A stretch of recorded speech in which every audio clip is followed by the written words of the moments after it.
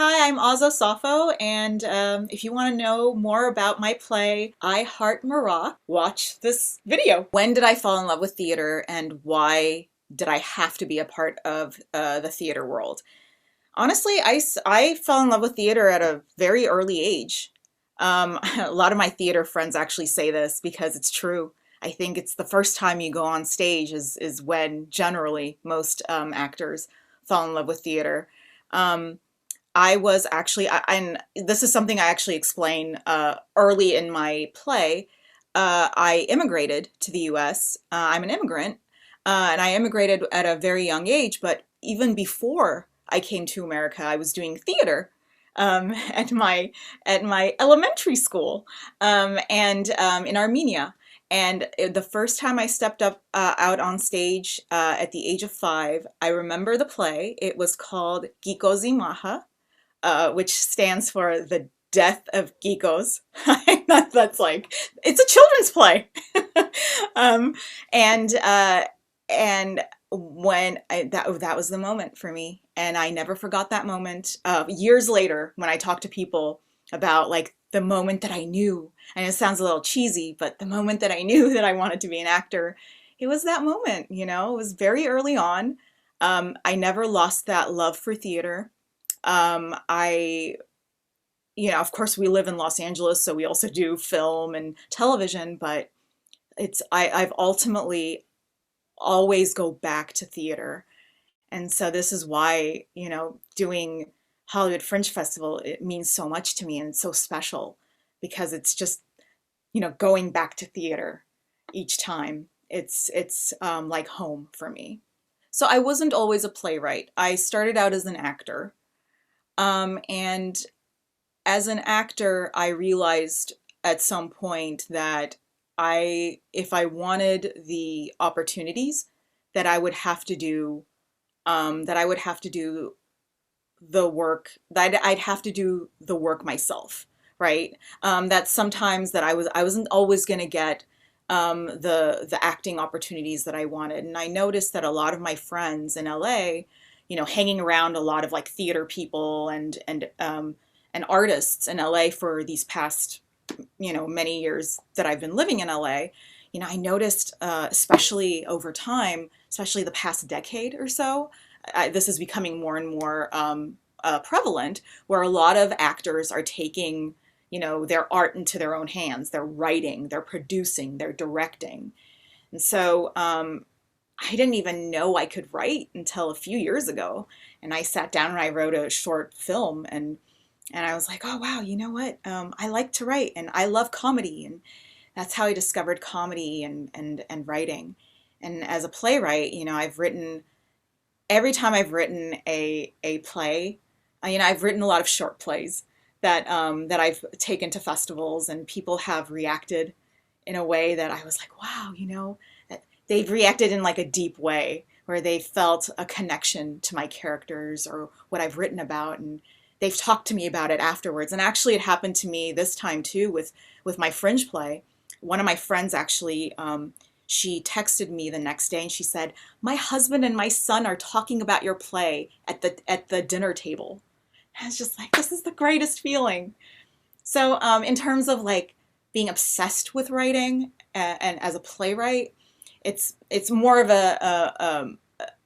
it's something that kind of gradually happened from the first moment where I was like, well, maybe I should do some of my own. I should write some of my own stories, and give myself the opportunities. It kind of started from there, but then it kind of snowballed into, wow, people are reacting in a way that's just so profound, and it was really touching. Um, Especially, with, and that wasn't just the only one. I had a few other people reach out to me after my preview, just telling me how much they loved the characters and how much they connected with them and my story, and it was just such an exhilarating feeling, and that's kind of where, and I hope I get to do more of that. I love telling stories, and I want to be able to do more stories that are captivating and that give you a glimpse into people's lives. The theater experience is unique because it's that immediate feedback you get from the audience. So from the different perspectives, right? So from the perspective of the actor. So I'm lucky because I'm wearing several hats in this show. I am the actor, I am the producer, I am the writer. I have a director, the lovely Jessica Lynn Johnson. But, for the most part, a lot of this has been me. And what I found really, and in general in the past as well, but finally after, I mean, it's still the pandemic is still going on, but now that some people are coming to theater and seeing it live again, the greatest feeling was just having that immediate feedback, because I'd written this play. I've been writing it for the past year, and I've written a lot of jokes, and I haven't really had feedback for those jokes. Like, is this funny? Is this, does this make sense? Do people understand the story? Are people getting the through line? Are they going from A to B? Is it all making sense to them? And are people laughing? And you get that immediate feedback. You get people laughing at these jokes, and you're like, oh yes, it does work. And that's a really great feeling. And you don't get that with live stream or with recorded Zoom performances, because mainly because the audience you don't hear that feedback. And another thing that happens that's really magical with live theater is what I experienced when I did my preview was you you get to play off of the reactions of the audience, and vice versa. They play off of your reactions. At times I would just kind of give my audience a knowing look, like, how I feel, and they would just like clap and cheer, and they were with me. It was just this really magical experience, this feedback that you get, both the audience and the performer, that you just don't get when it's live stream or other medium. And for the audience, I think it's really important for the audience to be able, as I said, just like the performer, for the audience to be able to to give that feedback, um, to be in that moment with the actor. And yeah, so you don't really get that in live stream or recorded performances. Um, and as the playwright, it's amazing for me. It's so satisfying just to finally see my writing and my hard work, and how it's perceived by the audience, uh, and I've loved the feedback, and it's just kind of makes me pinch myself, like, yes. you know I've been able to really get like really good feedback. And I don't know if the thing is, as a playwright, I understand that had my play been on Zoom, it would have been different.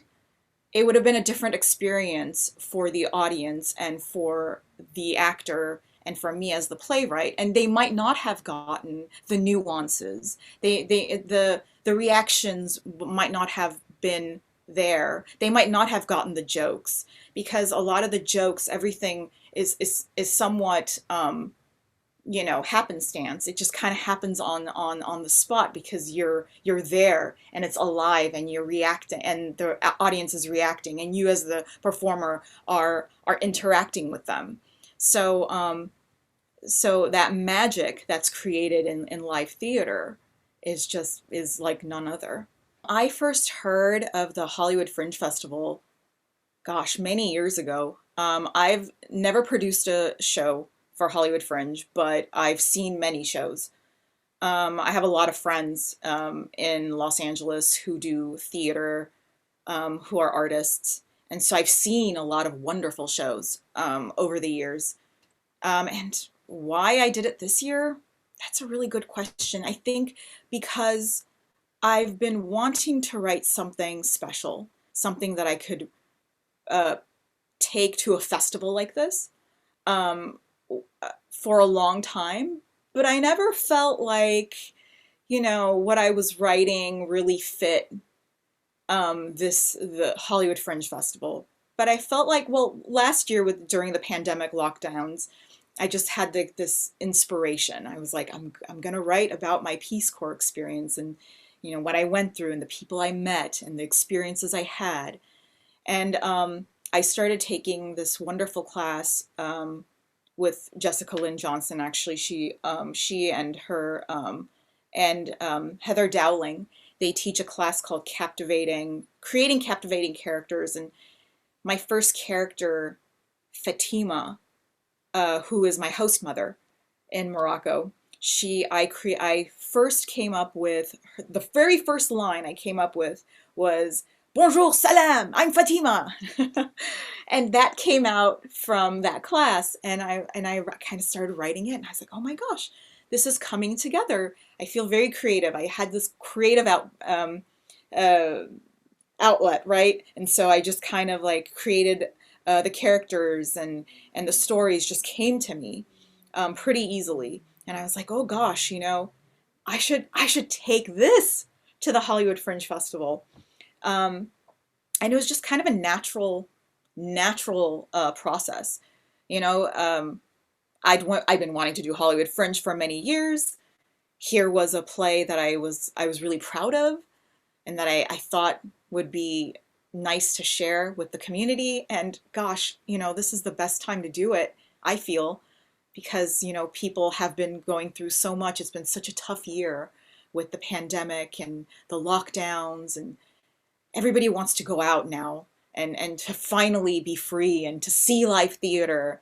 And that's how I felt too. So I was like, okay, I'll do it so that I can also be a part of of the festival, of the community, and I can be a part of the artistic experience during this crazy time. Um, and so, yeah, I mean, that's why I brought it to Fringe.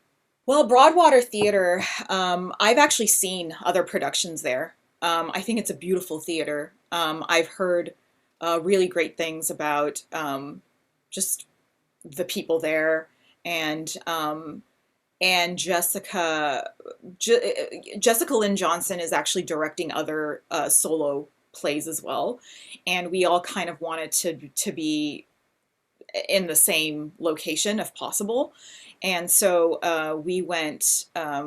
So we all went to Broadwater, but I mean, in general, I'd seen a lot of wonderful plays there, and well, I think the Black Box kind of has a really great reputation from what I've heard. The Broadwater Black Box, a lot of really amazing uh, solo plays kind of made their start there. What was it again? The My Big Fat Blonde Musical debuted there, so that's kind of exciting. Like knowing that kind of made me feel like, wow, I'm a part of something big with this wonderful, beautiful theater, and it's just a lovely space, and I've absolutely loved working with our stage manager, Rebecca Schoenberg. So yeah, so that's kind of how that happened. Again, really organically, not much planning, but more like, oh, this is a really great theater. Um, let's do it. Well, the idea came from my actual experiences. So this is inspired by my time in the Peace Corps. I served in the Peace Corps from 2006 to 2008. This was during the Bush era. And I mentioned that in my play, though that's not the main focus of my play. There are my focus of my play is about my relationships with the people and how I eventually was accepted into this community. I was an outsider. People thought I was in the CIA, like all these wild things that people thought about me, and they judged me, I judged them. But eventually, what happened was I became a part of this community and these amazing people who eventually considered me as one of them, my host sister, my host mother, my best friend. I even had like a romance, somewhat romance with one of the local Moroccan men in my village. So it was just I mean, that's where the idea came from. I'd been wanting to write. I'd actually been wanting to write this play for a long time, um, and I'd explored other ways of doing it. At first, I actually wanted to make a film, and at the time when I wanted to make a film about this experience, it was a few years ago. And I didn't have like the skill sets as a writer to really kind of develop the ideas, and it didn't really come together for me. But in general, it didn't feel like it was a movie at the time. And so I kind of gave up on that idea, but then it came back again. It manifested itself again as like a multi-actor play, and I kind of sat down to write that, and then for whatever reason, it just didn't work out. Again, it didn't feel right. But last year, as I said, when I first came up with those lines, "Bonjour, salam, I'm Fatima. What's your name?" Fatima, my host mother. I was like, oh, this is a solo play. This is exactly what it has to be, and and it just came together naturally as a solo play. I myself am a character actor, so that's kind of where my strengths are. And so I play on my strengths, right? I knowing that I'm a character actor, and that's what I love to do anyway. Different voices, different stances, and um, different way of walking and talking. I mean, that's something that I find a lot of joy in doing, is creating different types of characters to embody on stage. So this really played well to that as well. The reason I had to do it was because it's a story I've wanted to tell for so long. And I felt like finally I could tell this story the way I want to tell this story, and I can do justice to it. The story itself is about my time in the Peace Corps. So when we first start out, it's like the exposition, right? The exposition where I talk about my life's purpose, wanting to find my life's purpose. I think it's a story that we all kind of connect to, right? Everybody's looking for their life's purpose. What am I going to do with my life? How am I going to make an impact? And that's just from very early on, all the different times that I've thought about what is my life's purpose, and we get to a conversation that I have with a Peace Corps recruiter. Oh no, we get to a conversation I have with one of my employers. He says, "Well, he asks, what do you want to do with your life? You're a young kid. Where do you see yourself in the future?" And I say, "Well, I want adventure. I want to do something international. Well, I've been volunteering for Human Rights Watch." And he goes, "Wait, well, volunteering? You know, have you thought of the Peace Corps? Volunteering. Peace Corps is technically a volunteer position, but it's actually a job, and a very difficult job at that." And so I say, "Oh," and that's where the light bulb goes off. I decide to meet up with a Peace Corps recruiter, and then I think to myself, "Oh, this is great. This is exactly what I want to be doing, and perhaps I'll find my life's purpose in the Peace Corps." And so I go off to the Peace Corps to find my life's purpose, and my tagline is "One woman's quest to find her life's purpose in Morocco." I think more than anything, I want the audience to this is I call it I Heart Maroc for a few reasons. I want people to see the show to see why I specifically call it I Heart Maroc. But really, actually, one of my friends who saw my play said this to me afterwards, that this is my love letter to Morocco. And it is, and in essence, this is a love letter to Morocco and the people. So I hope what people will get out of it is just how much what a great community I lived in, and how much we connected. And I hope people will enjoy the jokes. I hope people will enjoy the stories, and they'll find it heartwarming and endearing. And I hope that, and I know a lot of shows tend to be really dark, especially nowadays with COVID-19. A lot of people are like in this like very dark headspace, right? Um, because of all that's happened in the world. But I hope it'll be a chance for the audience to just kind of sit back and feel some joy, to kind of get some joy out of theater, and to come away with it maybe a little more lighthearted.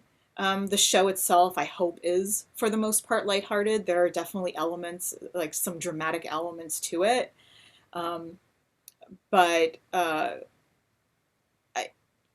I really hope that that's really how people come away from my show, that when they leave, that they do feel like they've been transported and they went on a journey, and that they want to find out more about the people. And maybe they want to, and maybe not just Morocco, but maybe some people will be convinced that once the pandemic is over, that they'll want to travel more, that they'll want to experience more cultures. I feel like we live in a society where people are so close-minded nowadays, where they don't want to know about others, that they live in their insular worlds. And I want people to feel maybe the need or the, what's the word for it? Um, yeah, okay, for people to feel the need to start looking outside of themselves, looking outside of their own world, and seeing what's out there, the possibilities, and maybe to visit other countries, and to learn more about other cultures. I mean, I know in Los Angeles we do have it's such a melting pot of communities and cultures, and so beautiful. And I love that we live in Los Angeles for that reason. But I hope that that is the takeaway, that people will want to do to will be more curious about other cultures, will want to explore some more, um, especially Morocco. I hope you will all go to Morocco afterwards, and you will seek out my community. No, I'm kidding. Um, don't bombard those people, please. People should go to my play. Um, I would argue that you should, I mean, I don't like to use the word should, but I hope that if you are compelled to go to my play because you want to smile, you want to laugh, and you want to have a good time, but you also want to learn a little bit about Morocco and the people there, and oh, what was it like? And you're kind of curious about what an American being plopped in the middle of the desert in the south of Morocco, living in a little village with a bunch of, without knowing the language or the culture, what that's like. If you're curious about that, then I hope you'll come and see my play. I think I do a really good job with my synopsis in explaining, exactly what kind of things you're going to see in my play, what kind of scenarios and what kind of experiences that I had that I'm going to be talking about. So I encourage people to read my synopsis, and hopefully, if that sparks an interest and you want to come see my play, I would absolutely love that. And I want more people to laugh and to be happy and to be joyous. And I hope that is what you get out of my play. So if that's what you want, I hope you come to see my play. So I've already done my preview, but what I'm looking forward to in my performances, I have a couple of performances coming up. So I hope that this will continue to happen, is like, is the audience reactions. You know, as a playwright, I get so excited and so much joy from hearing people laugh at that joke that I wasn't sure if it was going to work. And just and being and knowing that it worked, and people found it funny, or people loved the characters, and it really it was something that was touching for them, and they're still talking about it the next day, as I said, with my friend and her husband and her son at the dinner table. That's what I'm looking forward to. I'm hoping that there's more of that, and it's just so electric being on stage and having that audience feedback. That's initially why I fell in love with theater, because there's no other, you can't get that from a camera. You know, you can't really get that excitement, that magic, that electricity that comes from um, being in front of an audience, and the two and playing. It's almost like a dance. That sounds a little cheesy, but it's almost like a dance, right? So that is what I'm most looking forward to, and I experienced that in my preview, and I hope the other two performances are, people enjoy it as much, and I have wonderful spontaneous moments. Those are my favorite. The greatest thing that I love about live theater is the spontaneous moments, and I had a few of those during my preview, and oh gosh, it's the best feeling. I've already been to, the reason people should go to the Hollywood Fringe Festival. I've already been to a bunch of plays, and it's amazing the perspectives, the different genres, and the perspectives that you get, and the things that you learn from these shows, and the way the artists pour their heart out, and the amazing art that's created at the Hollywood Fringe Festival. I'm never disappointed. Even if I see a show that I'm like, well, I normally wouldn't see that kind of show. I wasn't, it's this way. It's not. Even those shows, I find that there's something in there that is so profound and beautiful that I can take away. I've never seen a show that I thought was like, oh, geez, this is crappy. I always feel like artists that come to the Hollywood Fringe Festival have something to say. They are really passionate about what they do, and they are generous. And I've actually had a lot of artists come to my shows too. I go to their shows, they go to my show, and there's a real camaraderie there that I've actually never seen anywhere else. This is a really unique festival in that way. And so I really think that, yeah, people should see as many shows as possible, because you just don't know what you're going to learn. I, and what kind of perspectives you're going to uh, come across, and also as an artist, it's inspiring for me to see all these shows, like, and get ideas for myself, for my future, the shows that I want to produce in the future. Um, so I think this is probably why, in my opinion, people should go and see as many shows as possible. It's just such a creative environment, creative group of artists that come together and produce really interesting, thought-provoking, smart, funny works. I mean, why wouldn't you want to go and see as many plays as possible? I mean, they're all so unique and different. As I said, I've never seen a show, especially this year. I haven't seen one that I was like, oh, this is mediocre. I thought everything kind of had something brilliant in it, even if it wasn't my type of show. Even, I mean, what is that anyway? But like, even if it's not a show that I would necessarily watch. Um, uh, but but yeah, I mean, I think it's worth going to as many shows. Plus, they're not as expensive as the Amundsen. Like you're not going to pay an arm and a leg to see these shows, which is again another great thing about Fringe is that it's affordable. The everybody can go see it.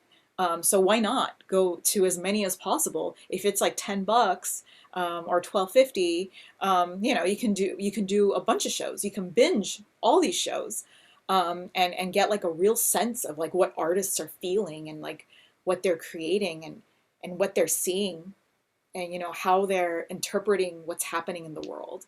I mean, it's so important for the community, and everything that I just said about it, it's important for the community because it brings so many different perspectives that you wouldn't necessarily see in theater, and it allows artists who normally don't have a voice to be able to speak and to say to give their point of view, to say how they feel about certain topics, about certain things happening in the world. So, it's called the Fringe for a reason, right? Everybody can get a fair chance to present their play, their creativity to the world.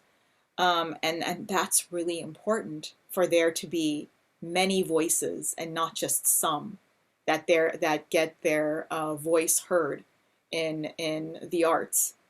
And I think it's a place that provides like a fair balance for all voices, for minorities, for all different people from all different backgrounds to have their voice heard.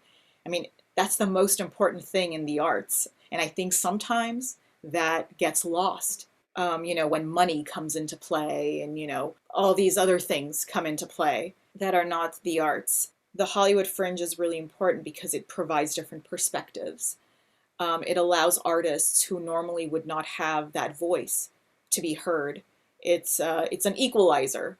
It allows all artists to be able to speak, and to put on and to present their ideas and their perspectives, and that's important for the community. If a community is not allowed to hear different perspectives, then what you get is a dumbed down society. I mean, if you just kind of look at politics, for instance, you see a lot of communities who only listen to one point of view, and look at what kind of destruction that's caused.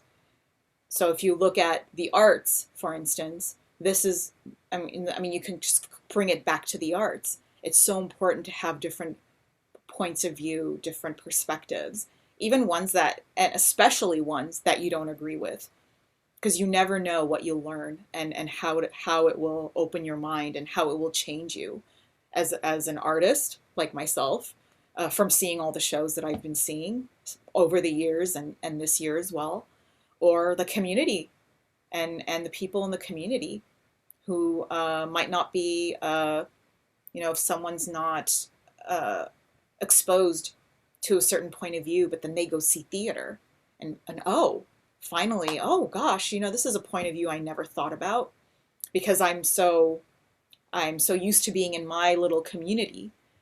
It helps it helps people grow and change, and it helps communities become more tolerant and more loving and more accepting of each other. So it's very important to support Hollywood Fringe and the kind of theater that is produced at Hollywood Fringe. Local theaters are important because most artists will not be able to produce their work at the Amundsen or at like the large theater companies. It's just not going to happen. But we still need an avenue for our voices to be heard. And this is where the local theaters come in. These are places, very important places, where different voices and different perspectives can be heard. And if you don't have, and you're not a successful playwright, a well-known playwright, but you still have a perspective, and it's still valid. and it still should be heard. And local theaters are where you can go, and it's really important that we continue to support them, and especially nowadays with the pandemic and what's happened, that we continue and we remember that how important it is for local theaters to survive, because they are what will allow the artist's voice, true authentic voice, to be heard. What I hope is that after I finish the Fringe Festival, that I can take my solo play, I Heart Maroc, to other festivals, that I can showcase it at other festivals, and that's my hope for it. And that I will revisit, and I can kind of, with feedback and see, from my experiences, maybe kind of do some more revisions, and take it to different festivals. I'm really excited about this play. I've been working on it for a whole year, and it's been a lot of blood, sweat, and tears, and I feel really proud of what I've put together. And so far, I've absolutely loved the interactions I've had with the audience and the feedback I've gotten. So yeah, I mean, that's my hope, really, that people will show up, and other artists will show up, and I will go support them as well, and that I will take my play to other festivals, and the story will be seen by others. And that's really my hope. I just want this story to be told and to be experienced. If you've enjoyed this conversation about I Heart Maroc at the Hollywood Fringe Festival, come out and spend some time with me and my Moroccan friends. Those performances will also be live streamed, so feel free to either come out in person or watch it on live stream. Looking forward to seeing you at my show.